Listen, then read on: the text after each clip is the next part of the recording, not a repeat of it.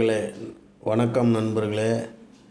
நம்ம தலைவர் கமலஹாசன் பல வகையில் இப்போ வயசாக ஆக ஆக புத்தி பேதலிச்சு போயிடும்பாங்க. அந்த மாதிரி நிலைமையில் இருக்கார். இடையில கட்சி ஆரம்பிக்கும் போது திமுகவை எதிர்த்து பேசிக்கிட்டு வந்தார். குடும்பமாக வந்துக்கிட்டு இருக்கிறது நல்லாவா இருக்குது அப்படின்னு. அப்புறம் பார்த்தா குடும்பத்தில் மெம்பர் ஆகிட்டார். இந்த பள்ளி மாணவி பரிசை பெற்றதுக்கு அதாவது மார்க்கை பெற்றதற்கு வாழ்த்து கூறுறாரு. இதுக்கெல்லாம் தகுதியானவர் சிவகுமார் சார் தான். அந்த காலத்தில் 10,000 ரூபா பரிசு கொடுப்பாரு.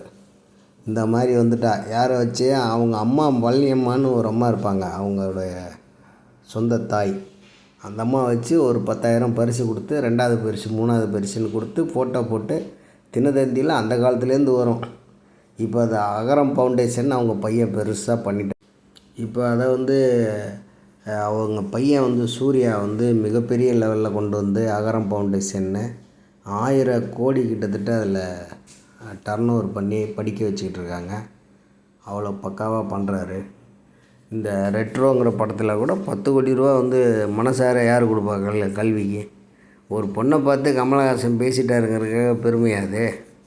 இவர் கட்சி ஆரம்பிக்கிறாருன்னு சொல்லிட்டு, சரி நம்ம கமல் ரசிகராக இருக்கிறோம் அப்படின்னு சொல்லி நம்ம என்ன பண்ணிட்டோம்னா, எங்கள் தொகுதி டி நகரில் பலகருப்பையா நின்னார். அவருக்கு போட்டு வேஸ்ட்டாக போச்சு. இன்னொன்று என்னன்னு கேட்டிங்கன்னா, ரஜினி சூப்பர் ஸ்டாருங்கிறதுக்கு 100% அவர் ஆத்மா உண்மையில் உத்தமமானதுங்க. அந்த காலத்துலேருந்து இந்த காலம் வரைக்கும் ஆன்மீக சம்மந்தப்பட்ட கட்சியில் இருந்தார். அது சம்மந்தமாக வாழ்த்து கூறுவார். அது சம்மந்த கட்சி உறுப்பினர்களுக்கு நல்ல வாழ்த்து சொல்லுவார். எதிராக இருக்கிறவங்கள எதிராக இருக்கிறாங்கன்னு சொன்னார் ஒரு பீரியடில் அந்த ஜெயலலிதா மேடத்தை. இப்போ அவங்க சாகும்போது அவங்க கூடயும் சமாதானமாக தான் இருந்தார். அவர் உண்மையிலே தங்கமான மனுஷங்க. ஏன்னா ஒரு ஆள் யார் சூப்பர் ஸ்டாராக இருக்கணும்னு நிர்ணயிக்கிறதே கடவுள் தான். அது அவங்க ஆத்மாவை உள்ளே பூந்து பார்த்து செய்வார் போல இருக்குது. உண்மையிலே இன்றைக்கி இந்த நிலையிலையும் எந்த ஒரு சார்பும் இல்லாமல் ஒருத்தனை பார்த்து டேட்டு கொடுத்தாருன்னா அவன் 300 கோடிக்கு அதிபதிங்க. இவர் கொடுத்தாருன்னா ஏழை ஆவனா பணக்காரன் ஆவனான்னு தெரியாது.